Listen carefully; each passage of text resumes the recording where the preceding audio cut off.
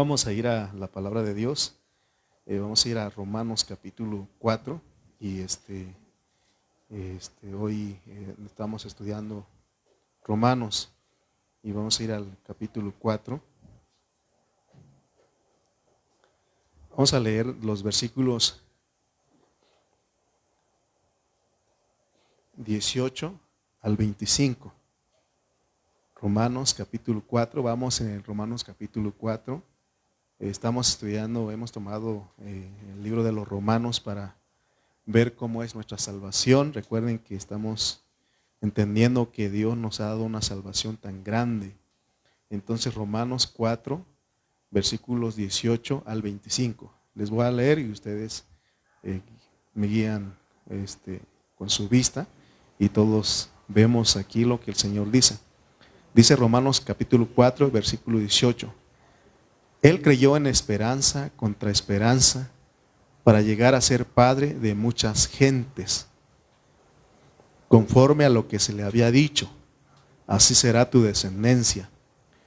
Y no se debilitó en la fe al considerar su cuerpo, que estaba ya como muerto, siendo de casi 100 años, o la esterilidad de la matriz de Sara, tampoco dudó por incredulidad de la promesa de Dios, sino que se fortaleció en fe, dando gloria a Dios, plenamente convencido de que era también poderoso para hacer todo lo que había prometido, por lo cual también su fe le fue contada por justicia, y no solamente con respecto a él, sino a él se escribió que le fue contada, sino también con respecto a nosotros, a quienes ha de ser contada, esto es, a los que creemos en el que levantó de los muertos a Jesús, Señor nuestro, el cual fue entregado por nuestras transgresiones y resucitado para nuestra justificación.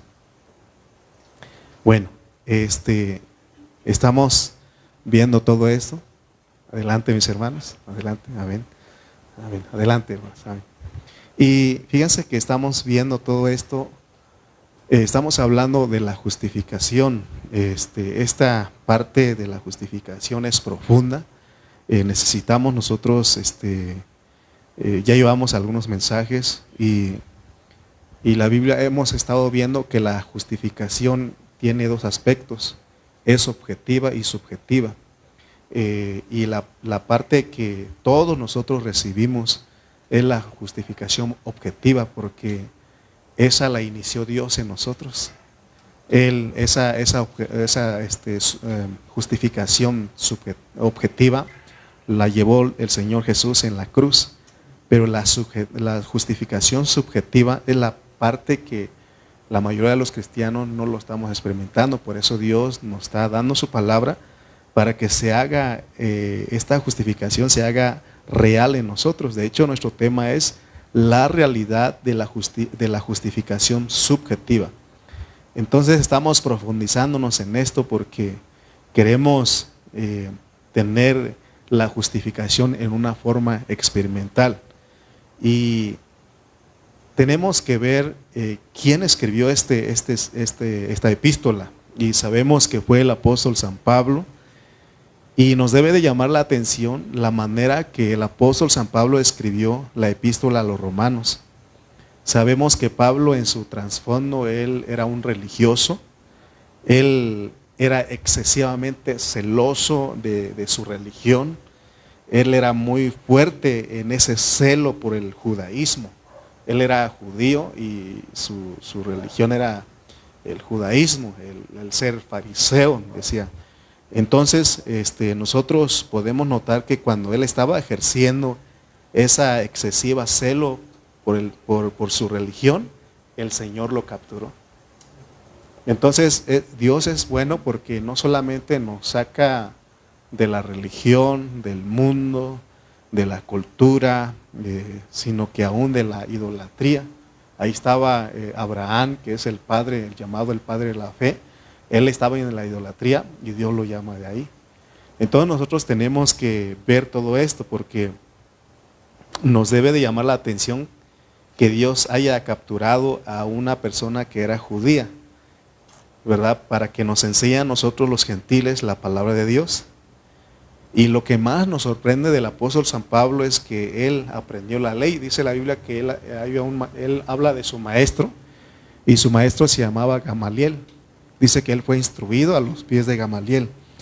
Entonces vemos que Pablo aprendió la ley, él conoció toda la ley, él era experto en hablar de la ley, pero cuando tuvo un encuentro con el Señor Jesucristo, él descubrió que la ley y la historia del pueblo de Israel es una sombra de las realidades espirituales del Nuevo Testamento. Por eso cuando leemos las epístolas del apóstol San Pablo, nos vamos a dar cuenta que él usa mucho las metáforas, y usa las metáforas del Antiguo Testamento para mostrarnos una realidad. ¿Se acuerdan ustedes que una de las metáforas que él usaba era de la roca? Y dice que esa roca que le da de beber agua a los israelitas en el desierto era Cristo. Entonces él entendió que todo eso era una sombra de una realidad. Por ejemplo, ¿se acuerdan? Hace un poco hablamos y les ponía la imagen. Hoy no tuvimos proyector porque nuestros hermanos, los técnicos, no pudieron venir. Pero les ponía una imagen en la pantalla y les hablaba del arca. Y del arca del pacto tiene algo que se llama propiciación, es la cubierta. Y esa cubierta separa de la gloria de Dios a todo lo que había adentro, porque adentro del arca había estaba la ley, estaba la vara de Aarón, estaba el maná y todo eso.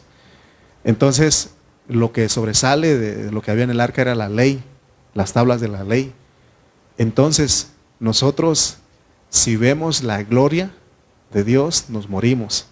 Y si vemos la ley, también nos mata la ley. Entonces, ¿qué es lo que nos ayuda a nosotros o que nos cubre a nosotros para que no veamos directamente esas cosas? La cubierta.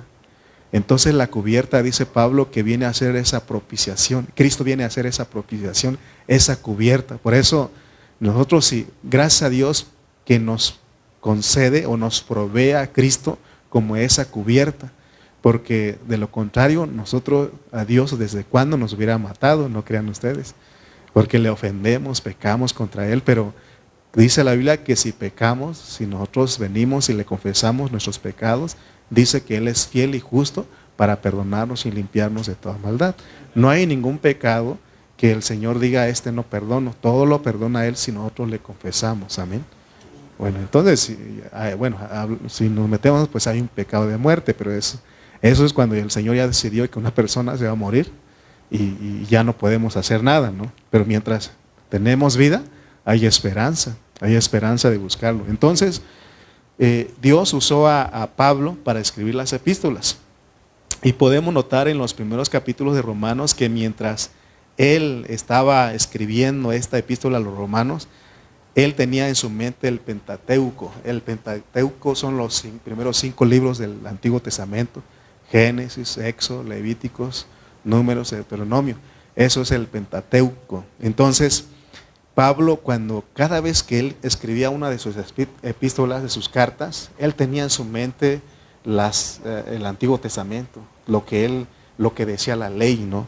Entonces, podemos decir que Pablo, en su conversión, cuando él tuvo un encuentro con Cristo, ¿saben qué estaba él haciendo? Él estaba empeñado en perseguir a los cristianos, y aún dice la Biblia que él estuvo de acuerdo en que mataran a los siervos de Dios.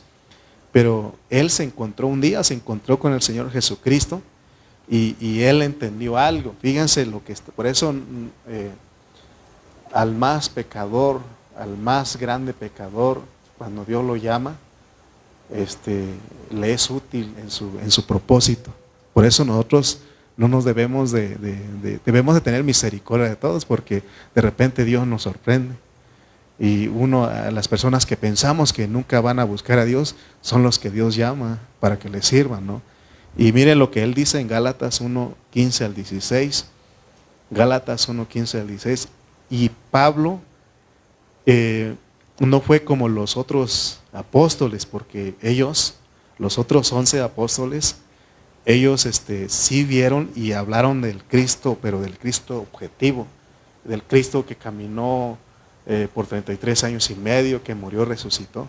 Sin embargo, Pablo, Dios lo llevó a una experiencia más, y por supuesto más adelante los otros apóstoles entendieron esto. El apóstol San Pedro dice que hay cosas que el apóstol Pablo escribió que son difíciles de entender y de comprender, pero sí entendieron. Pero fíjense lo que dice Gálatas 1:15 al 16.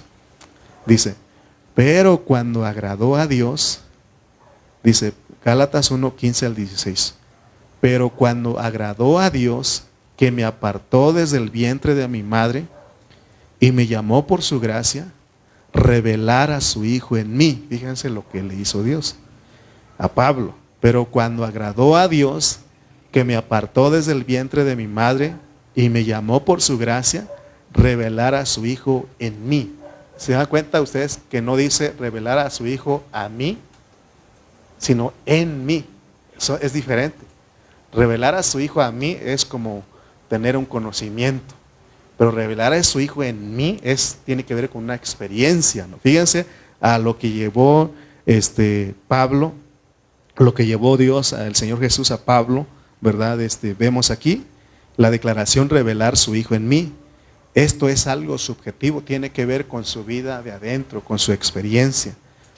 Entonces en Gálatas nosotros encontramos que Pablo declara que cuando Dios se manifestó en su vida y que le reveló que Cristo se iba a revelar en él cambió totalmente de una religión muerta a una experiencia viva, de vivir a una persona viviente, es decir, vivir a Cristo.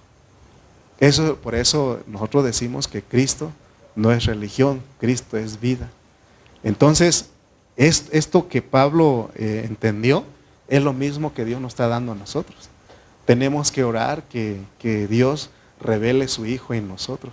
Y se van a dar cuenta que cuando llegamos a ese grado de entender que Dios revela a su Hijo en uno, cambia nuestra vida totalmente. Entonces, yo quiero que ustedes vean esto, mis amados hermanos, porque Pablo, ustedes lean las epístolas y se van a dar cuenta que él cambió de vida, cambió totalmente, ¿no?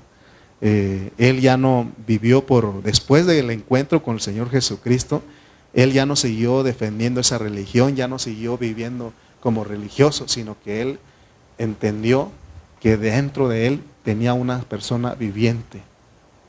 Y a tal grado, ¿no?, que ustedes han leído que se acuerdan que él tenía una comunión íntima con el Señor Jesucristo, porque dice que cuando él quería hacer algo, el Señor le decía que no. Y aún para predicar la palabra de Dios, ¿verdad?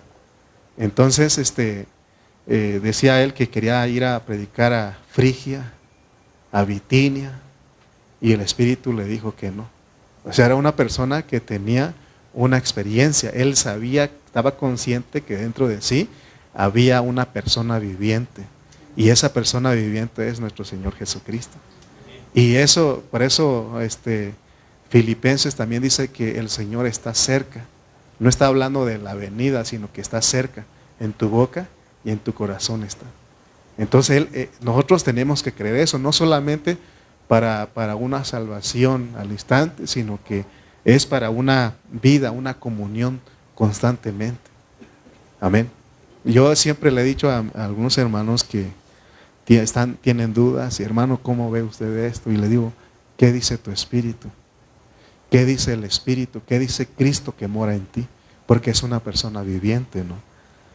Así que gracias a Dios por ello, porque vemos que Pablo es un hombre que Dios lo usó. Dios lo escogió para revelar a su Hijo en él. Entonces, si nosotros podemos ver la conversión de Pablo y cómo Dios le mostró que el Antiguo Testamento era una sombra para revelar una realidad espiritual. Pablo lo entendió. Tristemente hoy hay muchos hermanos que les gusta mucho lo del Antiguo Testamento.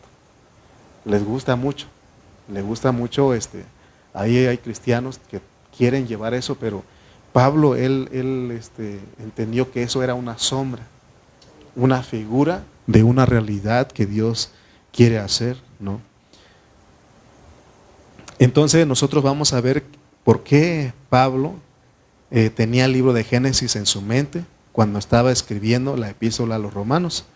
Quiero que ustedes se den cuenta que en Romanos lo primero que Pablo presenta es la desobediencia del hombre. Si ustedes han tenido la oportunidad de leer Génesis, estoy seguro que sí, se van a dar cuenta que en el capítulo 3 empieza la desobediencia de Adán, del hombre Adán y de su esposa. Entonces, en adelante empieza toda la desobediencia, hay desobediencia, y toda desobediencia es pecado. Entonces, y Pablo, cuando él estaba desarrollando las bases de la salvación que presenta Romanos, él metió la caída del hombre. Leamos Romanos 1, 20 al 21. Y miren lo que él dice. Por eso les digo que él tenía en su mente, cargaba en su mente el Pentateuco, cargaba en su mente Génesis, Éxodo, Levítico, Números, Deuteronomio. Dice Romanos 1, 20 al 21. Porque las cosas invisibles de él, su eterno poder y deidad, se hacen claramente visibles desde la creación del mundo, siendo entendidas por medio de las cosas hechas, de modo que no tienen excusa, pues habiendo conocido a Dios, no le glorificaron como a Dios, ni le dieron gracias, sino que se envanecieron en sus razonamientos, y su necio corazón fue entenebrecido. Él estaba citando Génesis capítulo 3 aquí. ¿Se acuerdan que ya les he hablado que allá en Génesis, fíjense cómo Dios se dio a conocer a esa gente? Porque esa gente vivió sin ley. Además, ellos no conocían a la gracia, no conocieron a Jesucristo, como nosotros hoy día. Ellos solamente conocían a Dios por medio de las cosas hechas, por medio de la creación. Que dice que las cosas invisibles de Dios, su eterno poder y deidad, se hacen claramente visibles desde la creación del mundo. Cuando ellos veían el cielo, veían las estrellas, la luna, el sol, veían el mar, veían los montes, veían todo lo que Dios creó, ellos y Dios les daba fe para que pudieran creer en Él. Pero fíjense qué hicieron muchos de ellos. Muchos de ellos rechazaron esa fe. Rechazaron esa fe porque dice que habiendo conocido a Dios, no le glorificaron. ¿Cómo es que uno puede conocer a Dios? Por medio de la fe. Si Dios no nos da la fe para poder creer, vamos a ser unos excelentes ateos. Vamos a ser unas personas que negamos la existencia de Dios. Pero ¿por qué nosotros podemos decir y afirmar que hay un Dios? Por la fe que Dios depositó en nosotros. Porque Dios es el que en Él se origina la fe. La fe en sí no es de nosotros. Ustedes recuérdense, antes de ser cristianos, antes de que nosotros fuéramos llamados a la vida de la iglesia, antes de que nosotros recibiéramos a Cristo, nosotros éramos personas que no queríamos nada con Dios. No queríamos nada con Dios, pero una vez que Dios nos da su fe, entonces esa fe viene a nosotros y entonces podemos creerle a Él y podemos invocar. Y podemos ser las personas que estemos aquí reunidas en esta hora en una reunión de iglesia. Y a veces llueve, a veces no tiembla. El otro día nos agarró el temblor aquí. Y dicen, y la gente de afuera nos puede decir, ¿y esos qué? ¿Qué hacen ahí o por qué van? Es porque Dios ha depositado su fe en nosotros y esa fe produce una reacción en nosotros. Y esa fe, decíamos, que sencillamente es Cristo. Si usted tiene a Cristo, tiene la fe. Y si usted no tiene a Cristo, no tiene la fe. Y esa fe hace que haya una reacción en nosotros. Y hace que nosotros vengamos a una reunión de la iglesia. Y cuando llegamos aquí, ¿qué hay que ver? Nada. ¿Qué hay que sentir? Nada. Venimos por fe. Venimos por lo que creemos. Amén. Entonces, vemos pues, Pablo, él estaba citando Génesis aquí. Estaba hablando de la caída del hombre. Nos muestra lo que sucedió con esos hombres que no glorificaron a Dios. Entonces aquí en Romanos capítulo 1, él estaba hablando de gente antes del diluvio. Era gente que no estaba bajo el gobierno humano, sino que ellos vivían por su conciencia. Principalmente ellos vivieron sin ley. Pero luego, después de que nos revela a esos hombres que vivieron sin ley, cuando vamos al capítulo 4 de Romanos, ahí ahora Pablo usa a un hombre y usa a Abraham. Y se recuerdan que aún en el capítulo 3 nos habla del tabernáculo, como decía hace un momento. Nos habla del arca del pacto, nos habla del tabernáculo, y ahí hablamos de la propiciación que les mencioné hace un momento. Y esa propiciación es Cristo que Dios pone, ¿verdad? Para que nosotros no nos muramos. Por eso dice ahí en Romanos 3 que Cristo es nuestra propiciación. ¿Se acuerdan de los dos hombres que estaban orando? El uno fariseo y el otro publicano.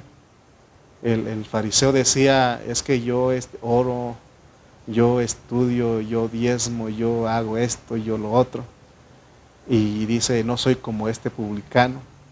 Y el publicano dice que no quería ni levantar la mirada al cielo, sino que él decía, Señor, sé propicio a mí. Entonces esa palabra propicio tiene que ver con la propiciación. Él entendía que Jesús era el que apaciguaba, no, ¿cómo se dice? La ira de Dios, porque la ira de Dios dice que se revela. Entonces, hermano, es bien importante que entendamos eso, porque entonces nuestra vida cristiana sería una vida de disfrute y no una vida de acusaciones, porque el diablo siempre está acusándonos, siempre nos está acusando y acusando. Y si nosotros no entendemos cómo es que Dios nos salva, vamos a vivir una vida acusada, vamos a vivir esclavizados por esas acusaciones. Si tienes a Cristo, Cristo es tu propiciación, Él es la cubierta. Amén. Si nosotros vamos así sin esa cubierta a Dios, nos morimos, porque Él dice que nadie puede verlo a Él y vivir. Pero si nosotros tomamos a Cristo, por eso donde quiera que vayamos, Cristo no solamente es algo externo, sino que Él es algo interno para nosotros. Él es una persona viviente que vive dentro de nosotros. ¿Se acuerdan que Él decía, hijitos míos, si alguno de ustedes hubiera pecado, abogado tenemos para con el Padre? Por eso Pablo en Romanos 8 dice, ¿qué pues diremos? Si Dios es por nosotros, ¿quién contra nosotros? Porque Él arregló todo, amén. Entonces, inmediatamente después de que Él nos muestra las caídas del hombre y que luego nos habla de la etapa de la propiciación, en el capítulo 4, Él se ve obligado a hablarnos de Abraham y aún de David para mostrarnos lo que es la justificación. Ya vimos en los mensajes anteriores que es sorprendente que Dios a través de Abraham nos muestra la justificación que es por creer y la justificación que es por obrar. Y aún incluye en ese contexto a David, que es un hombre que pecó. ¿Se acuerdan ustedes de la vida de David? Él pecó. Y entonces vimos que también David fue justificado. Entonces vemos que Dios nos justifica por fe, por obras, y también nos justifica de nuestros pecados. Qué bueno es Dios, ¿no? Porque la muerte de Cristo y su resurrección hicieron posible eso. Somos justificados por fe. Inicialmente no teníamos fe, pero Él nos da la fe, creemos en Él y Él nos declara inocentes, nos declara rectos. Y ahora esa fe tiene que obrar, tiene que ver con la salvación de nuestra alma.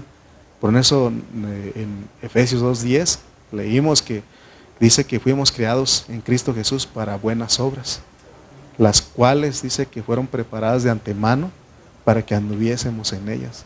Entonces un cristiano cuando cree no tiene que conformarse con eso, tiene que avanzar, porque esa fe que obra justifica.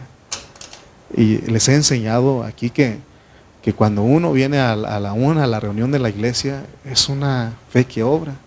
Es una fe que obra porque el hecho de venir aquí anima mucho.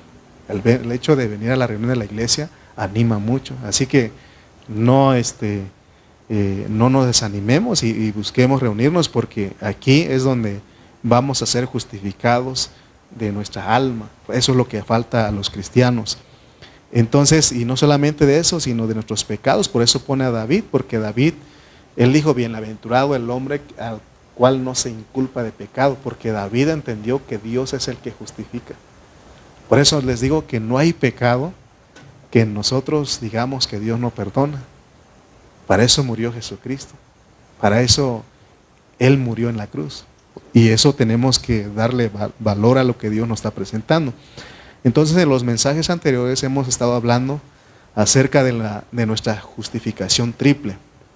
Así que debemos entender entonces que bajo ese trasfondo el apóstol Pablo escribió Romanos. Hoy quiero hablarles un poco de la experiencia real de los que Dios llama, porque todos nosotros somos llamados. Prestemos atención a este asunto, porque la experiencia real de los que Dios llama es algo profundo, porque puede ser que hayamos entendido que todos nosotros los cristianos somos llamados igual que Abraham, pero puede ser que no tengamos un concepto claro de lo que es la experiencia real de nuestro llamado, para qué Dios nos llamó a nosotros. Hay palabras humanas que, o más bien no hay palabras humanas que puedan describir la realidad de nosotros como llamados. Y nosotros tenemos que orar a Dios para que nos ayude a alcanzar a ver lo que Él nos quiere decir, cómo es que podemos explicar a los hermanos, cómo es que podemos hablar esta palabra, porque no es fácil. Si nosotros leemos superficialmente la Biblia, puede ser que no alcancemos a ver o a captar la subjetividad de nuestra justificación. Y es por eso le digo que hay mucho cristiano que se queda estancado. Dios quiere justificarlo objetivamente, ya lo hizo. Eso lo llevó Cristo en la cruz. Si creemos en eso, Él nos justifica. Eso es objetivo. Pero lo subjetivo es lo de adentro de nosotros. Dios también necesita salvar nuestro ser interno. Entonces, nosotros aquí sabemos, hemos tomado los escritos también del hermano Watchman Nee, Witness Lee. En este caso, el hermano Witness Lee, del recobro, él usa dos palabras que nos van a ayudar para poder entender cómo es que Dios efectúa su justificación. Porque dijimos anteriormente que debemos de entender el propósito de nuestra justificación. ¿Cuál es el propósito de nuestra justificación? Entonces el hermano usa la palabra transfusión y la infusión. ¿Qué es eso? Y por eso necesitamos ir al diccionario. Transfusión e infusión. Nosotros sabemos también que el apóstol Pablo usa expresiones que para muchos de nosotros no son muy ordinarias ni habituales. Esas expresiones son especiales y nosotros tenemos que estudiarlas. Por eso cada miércoles, cada domingo venimos nosotros aquí a estudiar, pero en nuestra casa podemos seguir buscando en el diccionario, buscando referencias para poder comprender o tener una mejor comprensión de la palabra. Entonces la transfusión y la infusión son palabras para poder enseñar con claridad cómo funciona la justificación subjetiva. Ya todos sabemos que la justificación objetiva es la que Dios logra a través de su muerte, de la muerte de Cristo en la cruz y de su resurrección. Y puede ser que todos nosotros ya entendamos que somos justificados, porque Dios ya nos ha justificado, pero puede ser que lo entendamos como algo posicional, algo que Dios puso en nosotros, pero que no hemos experimentado o no lo estamos viviendo subjetivamente. Entonces hoy vamos a apoyarnos en estas dos palabras para explicar que nosotros hemos sido transfundidos de Cristo y que nosotros hemos sido infundidos de Cristo, o de Cristo, infundidos de Cristo. Ok, de hecho la mayoría de nosotros conocemos lo que es una transfusión. ¿Ustedes han escuchado esa palabra, transfusión? Transfusión de sangre. La transfusión, dice el diccionario, que es el procedimiento durante el cual se administra sangre o componentes de la sangre directamente en el torrente sanguíneo del paciente a través de una vena. Dice que ahí se administra sangre donada por otra persona a un paciente que ha perdido mucha sangre. Entonces, usemos esa palabra transfusión. Entonces a nosotros el hecho de que se nos haya puesto a Cristo en nuestro espíritu, eso se llama transfusión, porque no era algo nuestro, sino que Él lo pone en nuestro espíritu. Amén. Y ustedes van a ver que sí tiene lógica lo que estamos hablando. Y nosotros en esa transfusión hemos sido transfundidos de Cristo, y eso nos hace creyentes. Por eso le decía que si usted no tiene a Cristo, usted no puede creer, porque Cristo es la fe, Él es la fe.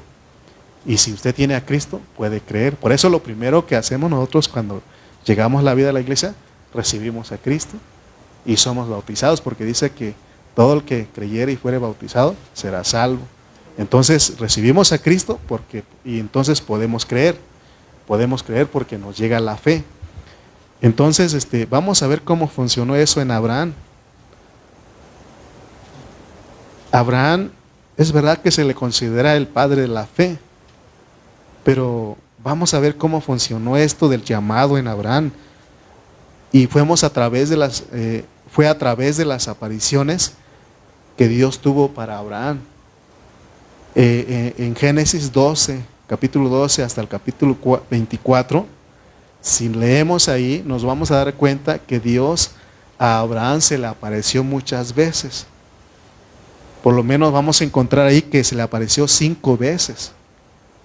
Y eso es muy significativo, porque Dios pone eso para que entendamos algo. ¿Por qué Dios se le apareció tantas veces a Abraham? ¿Cuál era el objetivo de Dios de aparecérsele muchas veces a Abraham? Fíjense que, de hecho la Biblia reconoce a Abraham como el padre de la fe. Pero hoy día muchos hermanos tienen a Abraham como un campeón, y se puede verlo de esa manera. Lo tienen como un gigante de la fe. Pero cuando usted estudia la Biblia más profundamente, usted se puede dar cuenta que Abraham no era un campeón de la fe, no era un gigante de la fe. ¿Por qué? Porque ¿cuántas veces Dios tuvo que aparecer? 5 veces. Si fuera realmente un campeón en la fe, a la primera. Es más, Dios no lo hubiera llamado. Él hubiera dicho, yo sí, yo quiero. ¿Y a qué nosotros podemos identificarnos con ese Abraham? Por eso nosotros no somos campeones en la fe. El campeón en la fe es Dios. El campeón en la fe es Cristo. Por eso si podemos decir que tenemos fe, es por Cristo. Amén. Entonces, entonces ven que se dan cuenta que cuando ustedes lean desde el 12 hasta el 24, si tienen tiempo en casa, luego esos 12 capítulos, léanlo y se van a dar cuenta que Dios tuvo que aparecérsele por lo menos 5 veces a Abraham. Porque él como no tenía la fe, fue Dios el que le dio la fe a él, así como nosotros. Decimos que el campeón de la fe siempre ha sido Dios. Él sí, Él es la fe. Debido a que nuestra fe es una persona, es Cristo. Así como nuestra justicia es una persona. Decíamos que hemos dicho en otros mensajes que Dios es la justicia misma. Entonces también la fe es una persona. ¿Se acuerdan? Vamos a leer Hebreos 12:1, perdón. Hebreos 12:1.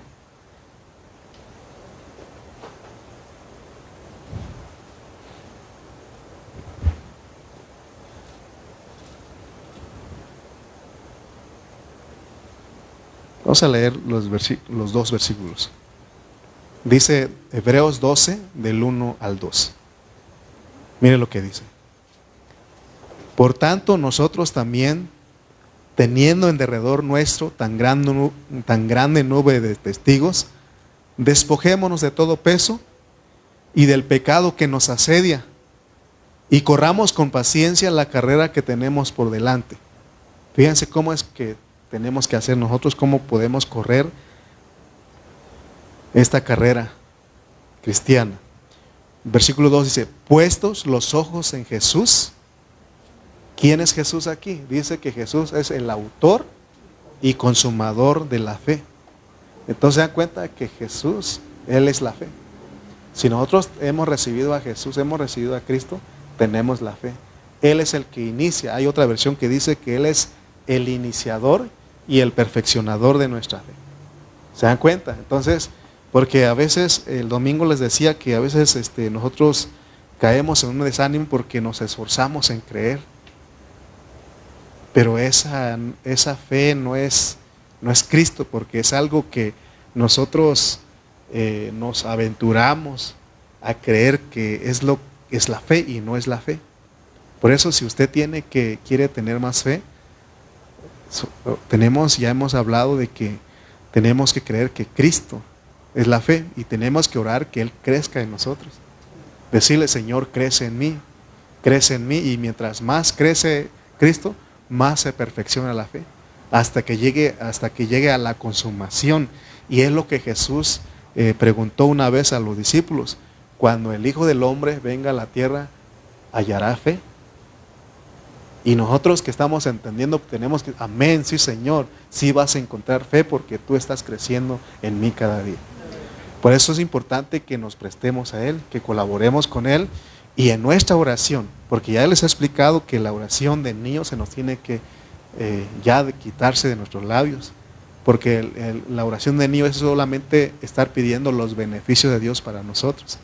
Ahora tenemos que orar por los beneficios de Él. Decir en nuestra oración: Señor, por favor crece en mí, quiero colaborar contigo, por favor riega, porque se acuerdan que Pablo dijo: yo sembré, Apolo regó, pero el crecimiento lo da Dios. Gracias a Dios que a todos ya se nos sembró, todos los que tenemos a Cristo se nos sembró esa semilla. ¿Qué necesitamos ahora? Que se nos riegue, que se nos riegue. Acuérdense que la Biblia también enseña que la palabra es agua. Entonces cada vez que ustedes vienen y reciben palabra, están siendo regados.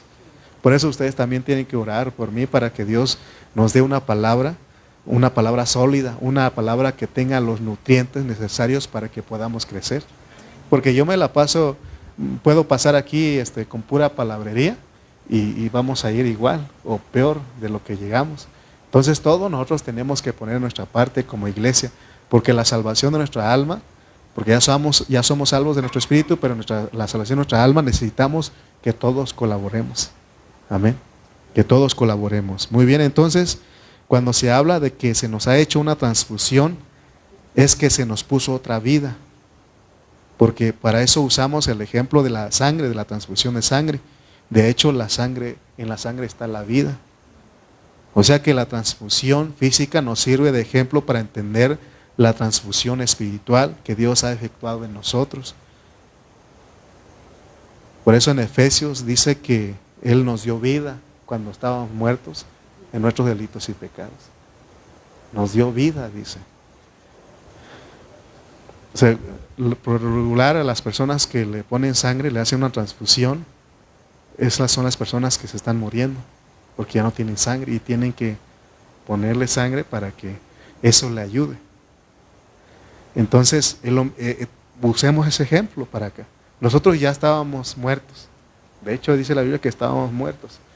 Pero cuando nosotros creemos, ¿qué hace? Nos transfunden a Cristo. Nos ponen a Cristo. No en las venas porque no nos dimos cuenta, pero por fe creemos que Él vino a morar dentro de nosotros. Es una vida. Es una vida. Y esa vida Dios quiere que corra en todo nuestro ser. Así como la sangre que ponen. La sangre que cuando hacen la transfusión, esa sangre empieza a correr, ¿no? Dice que el corazón hace ¿cómo se llaman las dos cosas que hace la presión? Se me fue la palabra. La sistólica y la ¿qué? Ya que uno recibe sangre y el otro lo esparce, ¿no? Lo distribuye. Así Dios quiere funcionar dentro de nosotros. Él quiere, ya recibimos esa vida y podemos recibirlo todos los días. Pero eso tiene que distribuirse en nuestro ser. Por eso se llama infusionarse. Vamos a usar la otra palabra, infusión. ¿Qué es infusión? Es infundir. Algunos de ustedes que han escuchado las prédicas de Witness Lee, dice que el Espíritu nos infunde todo nuestro ser. Y dice uno, ¿qué es infundir? Escucha fuerte, pero ¿qué será? Ahora lo vamos a entender. Infusión. ¿Dónde ustedes han escuchado? ¿Dónde hemos escuchado esa palabra? Infusión. ¿Se acuerdan del té? Para un té. Para un té, en este caso, dice el diccionario o la Wikipedia que busqué, dice que la infusión viene a ser una bebida que se obtiene de diversos frutos o hierbas aromáticas como té, café, manzanilla, introduciéndolos en agua hirviendo. Y hasta nos enseñan cómo se prepara un té. Había una hermana que estaba con nosotros antes que ella nos enseñaba cómo preparar el té. Ella nos decía que tienes que hervir el agua y ya cuando empieza a hervir el agua lo apagas y pones, en este caso si es manzanilla o cualquier otro té que quieras preparar, y lo pones ahí, lo tapas, y eso viene a ser una infusión, porque uno piensa que hay que poner todo junto y que hierva todo, y no, porque entonces pierde o dice que empieza a dañar los riñones, porque bueno, nos daba una clase, ¿se acuerda? Pero entonces es importante eso. Entonces quiere decir que y realmente para hacer un té es sencillo si lo hacemos de esa manera, porque nada más que hierva el agua, pones ya sea el sobre o lo natural, ¿no? Que compras manzanilla, le pones ahí y ya esperas unos minutos y ya eso se llama infusión. Sale toda la esencia, el olor, ¿no? Y dice que eso ayuda, ¿no? Entonces, es lo que estamos hablando. Y puse aquí, por ejemplo, la manzanilla ayuda a relajar el cuerpo. Eso es una infusión, o sea, porque cuando uno toma, ayuda a relajar todo nuestro cuerpo. Entonces, es lo que estoy tratando de decirles, que cómo es que funciona Dios en nosotros, cómo es que Él nos justifica subjetivamente. Entonces, si queremos aplicar bien la transfusión, nosotros podemos hablar de que internamente Cristo ha sido puesto dentro de nosotros como nuestra vida. Eso se llama transfusión. Hemos sido transfundidos de Cristo y eso es el resultado de haber creído. O sea que cuando nosotros creímos, inmediatamente el Señor entró en nosotros y eso causa una reacción, nos hace ser personas de fe.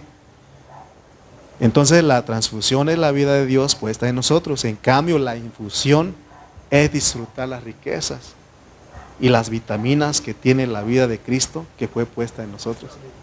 Por eso está bonito eso, ¿no? De la infusión, porque al poner todas las hojas que queremos para el té, ahí sale todo, los nutrientes. Y de verdad, la hermana no era, nuestra hermana Connie no era una doctora, una especialista en nutrición, pero ella tenía sus experiencias y nos decía que de esa manera se puede degustar una taza de té, decía, ¿no? Nos preparaba una taza de té de hojas de higo y cómo lo hacía, ¿verdad? Hervía el agua y la dejaba ahí, ya ponía las hojas y ahí calmadito y ya, ahí está tu taza de té, degústalo, dice, ¿verdad? Entonces, yo tenía otra idea de cómo preparar el té. Era mientras más oscuro se ponía el agua, dije mejor, ¿no? Porque no, dice que eso daña el organismo. Entonces estamos hablando de todo eso porque la infusión es disfrutar las riquezas de Cristo, esas vitaminas que tiene la vida de Cristo que fue puesta en nosotros. Porque puede ser que ya hayamos recibido a Cristo y no estarlo disfrutando de sus riquezas. Así que por un lado Cristo es nuestra vida y por el otro lado Cristo es las riquezas de esa vida y esas riquezas producen plenitud en nosotros. Entonces quiere decir que nosotros cuando hablamos de ser infusionados de Cristo, estamos hablando de que internamente vamos a estar empapados, permeados, saturados de Cristo, y entonces se va a ver en nosotros la subjetividad de nuestra transfusión. Amén. Recuerden que la transfusión es que Dios nos da su vida y la infusión es que exhibamos esa vida, porque cuando más lo disfrutamos, más se ve. Por ejemplo, cuando se acuerdan que también hemos puesto ejemplos de que cuando uno tiene manchas o tiene pálida el rostro, va uno al doctor, que dice, lo primero que dicen es que necesitas alimentarte sanamente, come más verduras. Entonces eso refleja en tu rostro, ¿no? Es lo que Dios quiere. Entonces falta esa parte, la experiencia de la infusión, y eso se tiene que disfrutar todos los días. Yo puse aquí que una taza de té de manzanilla lo puedes tomar todos los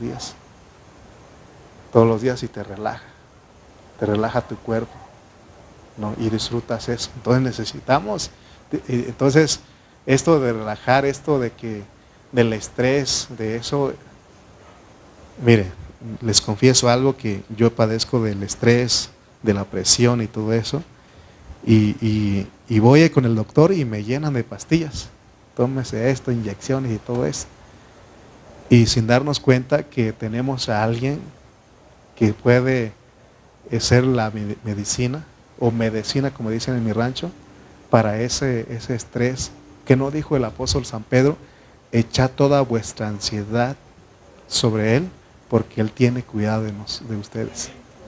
Dice que porque tú guardarás en completa paz a aquel cuyo pensamiento en ti persevera, porque en ti ha confiado. Pero ¿qué hacemos nosotros? Nos confiamos, ¿verdad? En Terán, y todo eso, ¿no? Porque yo también voy ahí, y confiamos más en ellos, en los chochitos que da. Espero que no nos escuche la prédica porque me va a regañar. Pero se dan cuenta que hace falta esa parte, la infusión de Cristo. Que disfrutemos de sus riquezas, porque Él es rico. Que confiemos en Él, en otras palabras. Y eso es lo que nos falta a nosotros. Por eso es que a veces, hermano, vivimos una vida desanimados, con muchos problemas. Tenemos que soltar los problemas. No es fácil. No es fácil de que, lo suelto ya, no. Es una lucha. Tenemos que decir, Señor, yo a veces cuando no puedo dormir, hay quienes padecen insomnio, ¿no? Y yo cuando no puedo dormir, no estoy contando elefantes, sino que yo digo, Señor, tú eres mi paz, tú eres mi paz. Lo voy repitiendo en mi mente. Mientras menos me acuerdo, ya me quedé dormido. O sea, tenemos que confiar en Él. Para eso Él nos dio la fe de creer que Él es una persona viviente que mora en nosotros. Amén. Otra ilustración para terminar. Cristo dentro de nosotros, como nuestra vida, se puede comparar también con la electricidad. Estamos hablando de lo subjetivo, de lo interno. La electricidad es una buena ilustración para entender también lo de la transfusión y lo de la infusión, porque la electricidad celestial está en el trono de Dios. Todos nosotros sabemos o debemos saber que hay un trono de Dios que tiene todo el poder, y eso está representado, podemos decirlo, como una planta eléctrica. O sea que la vida de nosotros viene de Dios, así como esta luz, esta electricidad viene de una planta eléctrica. Entonces, así nosotros, nuestra vida viene del trono de Dios, es como una planta eléctrica. Y esa vida viene a nosotros así como la energía eléctrica que transfunde toda esta casa. Entonces, ya puesta en nosotros esta vida, transmite vida, de la vida de Dios en nuestro ser, así como funciona. Recuerden, cada vez que, o más bien tenemos que entender que la vida viene desde allá, del trono. Pero acuérdense que no solamente allá, sino que el trono está dentro de nosotros. Por eso le decía hace un momento que si usted quiere creer que está ahí arriba, está bien, pero lo más importante es creer que está dentro, porque dice que el Señor está cerca, ¿no? Entonces, esa electricidad que viene de allá del trono entra en nosotros, y nosotros estamos llenos de la energía eléctrica, así como en una casa. Eso significa que la vida del trono nos fue transfundida. Pero ahora nosotros necesitamos que esa vida que está en el trono sea exhibida aquí en la tierra. No ustedes se acuerdan o se dan cuenta que puede estar una casa construida y puede ser que están los cables de la electricidad, pero mientras no lo metan a la casa, no puede haber una transfusión de luz, no se puede ver. Entonces es lo que Dios, o más bien que yo quiero que entendamos hoy. Necesitamos que esta vida, que esa energía, lo necesitamos ir a contratar, por supuesto. Ustedes saben todo el trámite que se hace, o el proceso para que tengamos la luz. Entonces, Porque lo que Dios quiere que se vea en nosotros es la gloria. De hecho, en Romanos 3:23, Pablo dijo, por cuanto todos pecaron, están destituidos de la gloria de Dios. O sea que nosotros no expresamos nada de Dios. Necesitamos de su vida para que podamos expresarlo.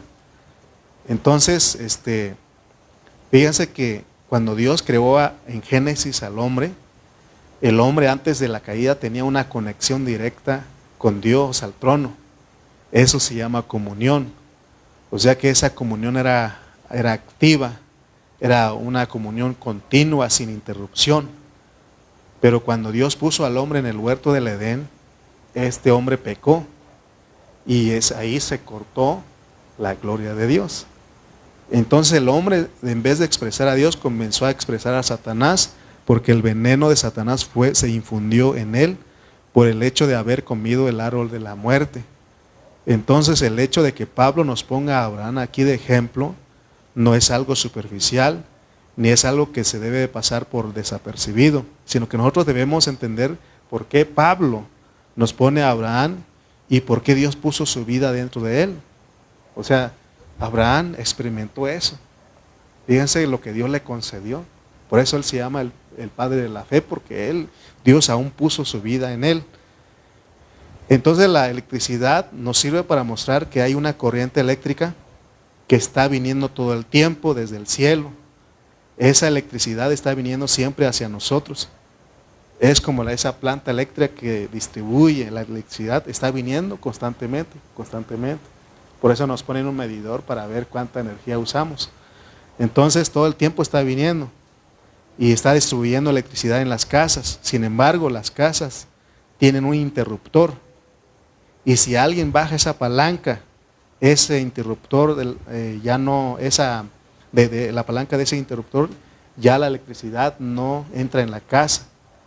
Pero si esa palanca está siempre arriba, entonces la electricidad siempre va a estar corriendo por toda la casa. Eso es lo que Dios quiere. Él ya vino, ya hizo la transfusión, nosotros lo tenemos. Pero depende de nosotros si queremos que esa vida circule. Amén. Por eso la Biblia dice que si ponemos la mente en la carne, es muerte. Pero si tenemos la mente en el Espíritu, es vida y paz. O sea que vamos a tener vida, a haber paz. Depende de nosotros. Dios nos dio el libre albedrío ahí. Por eso es importante entender, por eso les pongo el ejemplo de la electricidad. Allá abajo tenemos los interruptores. Y si nosotros ahorita vamos y le bajamos, se oscurece aquí. Entonces, ¿por qué no lo bajamos? Porque aquí estamos y no queremos estar a oscuras, ¿no? Es importante eso. Lo mismo, ese es el ejemplo que podemos usarlo para nuestra vida cristiana. Acuérdense, la transfusión de la vida de Dios ya está en nosotros. Cristo ya vive en nosotros. Por creerlo, lo recibimos. Y depende de nosotros el que esa vida esté circulando en nosotros todo el tiempo. Para que exhibamos la vida de Dios. Amén. Por eso nosotros tenemos que tener cuidado qué es lo que recibimos cada día. ¿Qué es lo que estamos alimentándonos? Acuérdense de Adán, el hecho de que ellos comieron el árbol de la muerte, ellos vinieron a expresar a Satanás. Por eso debemos recordar qué hizo Dios por nosotros. Él nos justifica objetivamente, pero también subjetivamente. Ya la tenemos gracias a Dios. Gracias a Dios que tenemos la vida de Dios, tenemos a Cristo en nuestro espíritu. Pero de ahí tiene que salir para que Dios entonces nos justifique subjetivamente. Esa es la parte que nos hace falta. Amén. Por eso, hermano, no nos desanimemos, no desmayemos, luchemos por nuestra salvación, pero la salvación del alma. ¿Se acuerdan que el otro día les hice la pregunta? ¿Se pierde la salvación? Dijimos no y sí. No, la salvación de tu espíritu ya no, porque Dios te lo regaló. Pero la salvación de tu alma sí puedes tener pérdida ahí si no luchas, si no cooperas, si no colaboramos con el Señor. ¿Qué hicimos en esta hora? Venimos a colaborar. Y llegará un momento en que usted va a decir, valió la pena. Valió la pena ir a la reunión de la iglesia, porque en la salvación del alma es una salvación colectiva. Es una salvación corporativa. Aquí todos nosotros somos salvos, estamos siendo salvos de nuestra alma, para que cuando Cristo venga, eventualmente nuestro cuerpo sea salvo también, porque nos va a dar un cuerpo glorificado. Es un resultado de la salvación de nuestro espíritu y de nuestra alma. Amén. Entonces, todo esto, el próximo domingo voy a estar explicando. Y déjenme leer nada más este versículo. Romanos 10, 6 al 13. Y ya terminamos. Romanos capítulo 10, versículos 6 al 13. Dice, pero la justicia que es por la fe, porque aquí todavía no llegamos al capítulo 10, pero aquí nos está mostrando la justicia que es por la fe.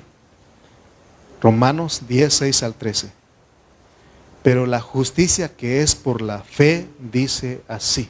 Romanos 10, versículos 6 al 13. Pero la justicia que es por la fe dice así. No digas en tu corazón, ¿quién subirá al cielo? Esto es para traer abajo a Cristo. Por eso le decía que, sí, está bien que veamos, porque sí, el trono está ahí en el tercer cielo. Pero ¿qué le parece que Él vino a nuestro espíritu?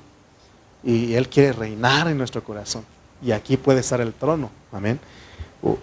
Entonces, o más bien está el trono. Y dice, ¿o quién descenderá al abismo? Esto es para hacer subir a Cristo de entre los muertos. Versículo 8. ¿Mas qué dice?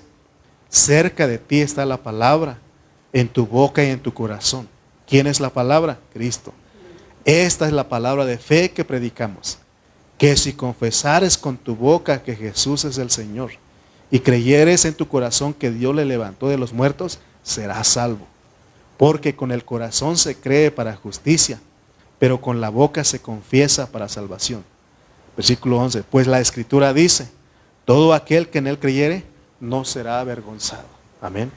Porque no hay diferencia entre judío y griego, pues el mismo que es Señor de todos es rico para con todos los que le invocan, porque todo aquel que invocare el nombre del Señor será salvo. Amén. ¿Se dan cuenta cómo es nuestra justicia subjetiva? Oh, tenemos que invocarle. Tenemos que invocarle. Todo el tiempo tenemos que invocarle. Creer que Él está en nosotros. Amén. Amén. Entonces vamos a orar y aquí le dejamos y el próximo domingo continuamos. Amén. Vamos a orar. Bendito Dios, te damos gracias por esta hora que nos permites venir. Gracias por esta oportunidad, Padre. Gracias, Señor, porque has sido bueno con nosotros. Nos has permitido comprender un poco de tu palabra. Señor, es difícil, pero no imposible, porque creemos, Señor, que tú hablas aún desde nuestro espíritu. Tú nos has dado un espíritu de sabiduría y de revelación. Así que, Padre, ejercitamos ese espíritu, Señor, para poder entender tu palabra y poder disfrutarte, Señor. Gracias porque has puesto a Cristo en nosotros, pero queremos disfrutarlo.